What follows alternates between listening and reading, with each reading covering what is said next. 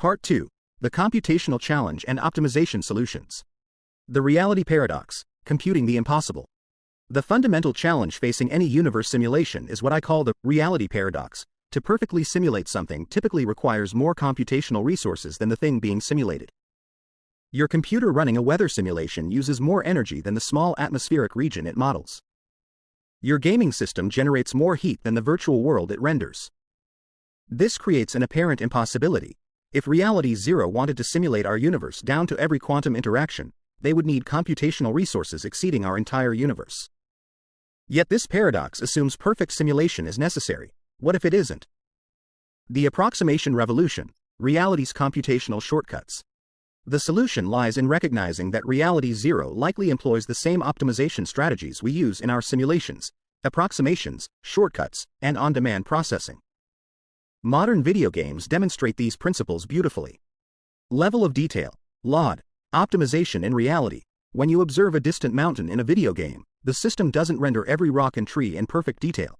It uses low-resolution textures that look convincing from afar. Only when you approach does it load high-detail versions. Our universe might work identically. Consider how this maps to quantum mechanics. Superposition as unprocessed data. Particles don't have exact positions until observed. They exist in probability states that require minimal computational resources.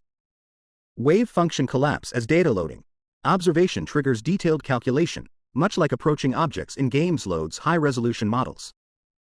Heisenberg uncertainty as processing trade-offs. You cannot measure both position and momentum precisely because the system can only allocate limited computational resources to any single query. Case study: quantum computing and reality's processing limits. Recent developments in quantum computing reveal something fascinating. Quantum computers don't actually process information faster than classical computers for most tasks, they process it differently. They excel at specific problems involving superposition and entanglement but struggle with others. What if this reflects the natural architecture of Reality Zero's simulation engine? Perhaps quantum effects aren't mysterious properties of matter but glimpses of the underlying computational methods. Reality Zero might use quantum processing architectures, and our quantum mechanics represents us discovering the computational substrate of our own existence. The nested catastrophe, exponential resource demands. Here's where mathematics becomes terrifying. If Reality 1 is simulated by Reality 0, and we create Reality 2, and beings in Reality 2 create Reality 3, each level demands exponentially increasing resources from the base layer. Let's examine realistic numbers. If simulating one reality unit requires 10 units of computational power from the layer above, Reality 0 right pointing arrow Reality 1 10 units. Reality 1 right pointing arrow Reality 2 to 100 units from Reality 0. Reality 2 right pointing arrow Reality 3 to 1000 units from Reality 0.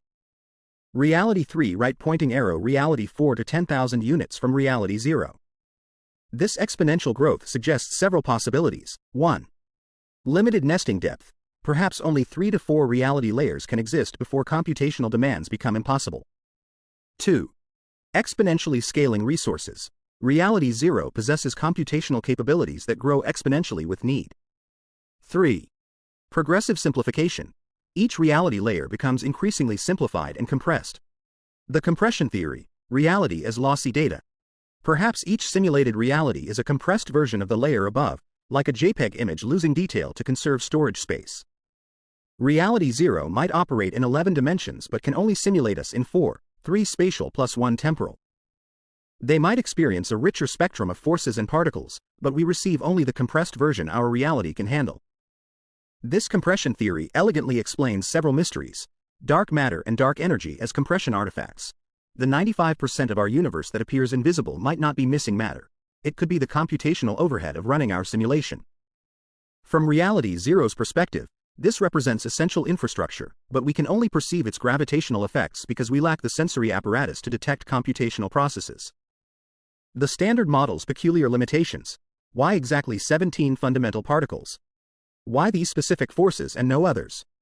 In a natural universe, such precise limitations seem arbitrary, but in a computational system, they represent the maximum complexity Reality Zero's simulation can handle while maintaining stability. Physical constants as configuration files. Why does the fine structure constant equal approximately 1/137th? Why is the proton-to-electron mass ratio exactly 1836.152673343?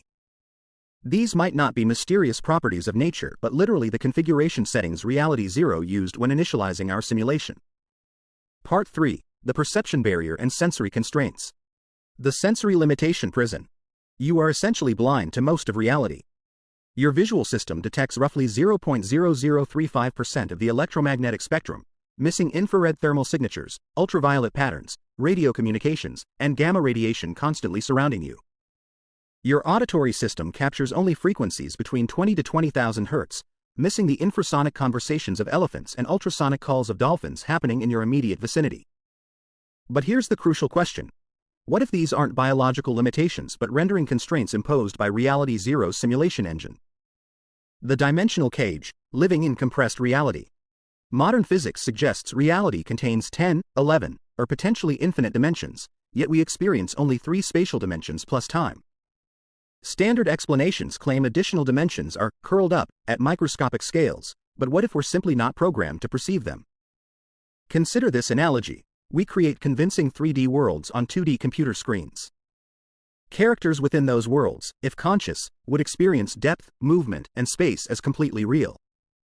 They would never suspect their entire reality projected onto a flat surface.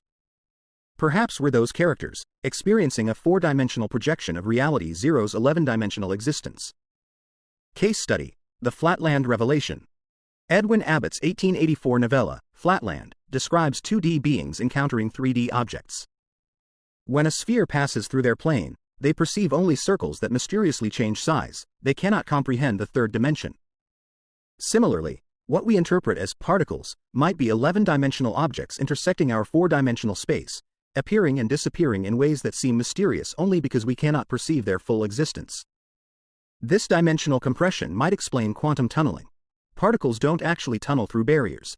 They temporarily access higher dimensions we cannot perceive, moving around obstacles through spatial dimensions unavailable to our compressed reality. The translation problem: reality's language barriers. Imagine explaining electricity to a conscious character in The Sims. Their world operates on happiness points and need fulfillment. Electrons flowing through conductors would be meaningless concepts.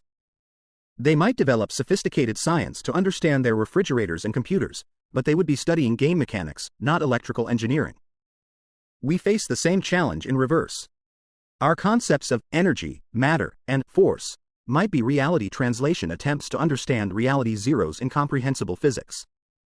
What we call electromagnetism might be Reality Zero's equivalent of our game mechanics, simplified representations of far more complex underlying processes.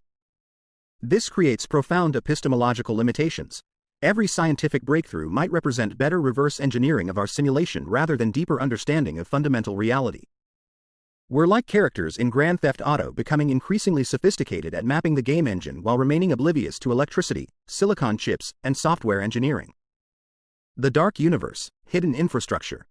The most embarrassing fact in modern science: we don't know what 95% of our universe consists of.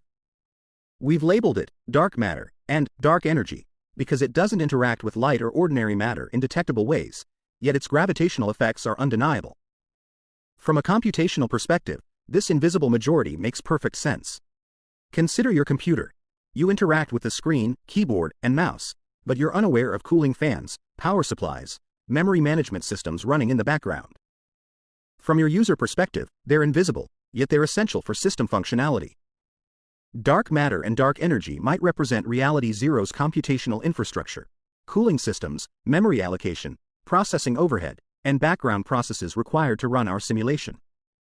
We can detect their effects through gravity, the only force that might transcend reality layers, but we cannot access them directly because they exist outside our simulated physics. Technical deep dive. Gravity as cross-layer communication. Why is gravity the weakest fundamental force yet the only one that might transcend reality layers? In our simulations, we often implement gravity as a simplified background process. It affects everything but requires minimal computational resources compared to electromagnetic or nuclear interactions. Perhaps gravity in Reality 1 represents Reality Zero's simplified implementation of their far more complex spatial manipulation technologies. What we experience as gravitational attraction might be Reality Zero's crude approximation of how their advanced physics manipulates space-time. This would explain why gravity seems so weak yet universal. It's a low-resolution shadow of reality zero's actual spatial control systems.